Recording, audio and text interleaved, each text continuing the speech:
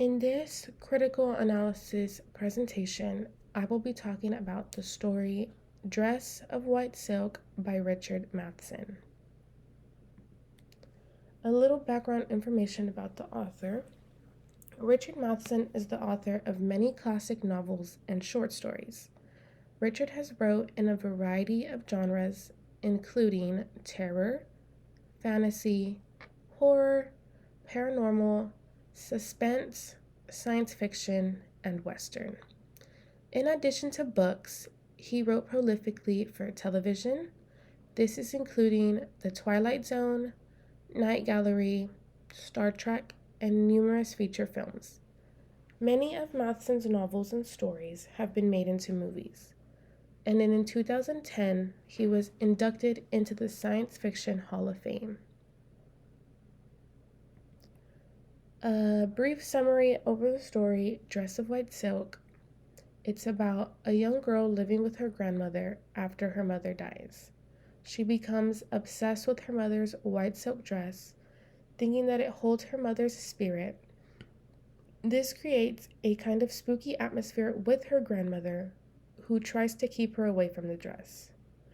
This story shows themes of grief, loss, and even the supernatural. This shows how the girl's obsession with the dress blurs the line between the living and the dead. Argument. My argument about this story is the supernatural elements. The supernatural elements in the story blur the line between the living and the dead by making the deceased mother's presence felt through the white silk dress. The young girl believes that her mother's spirit exists in the dress, which makes it seem like her mother is still there with her. This creates a haunting atmosphere where the boundaries between life and death are unclear. This is why it affects the character's actions and perceptions, as the young girl believes her mother's spirit is in the dress. The actions of the girl's obsession makes her resistant to her grandmother's efforts to keep her away from the dress.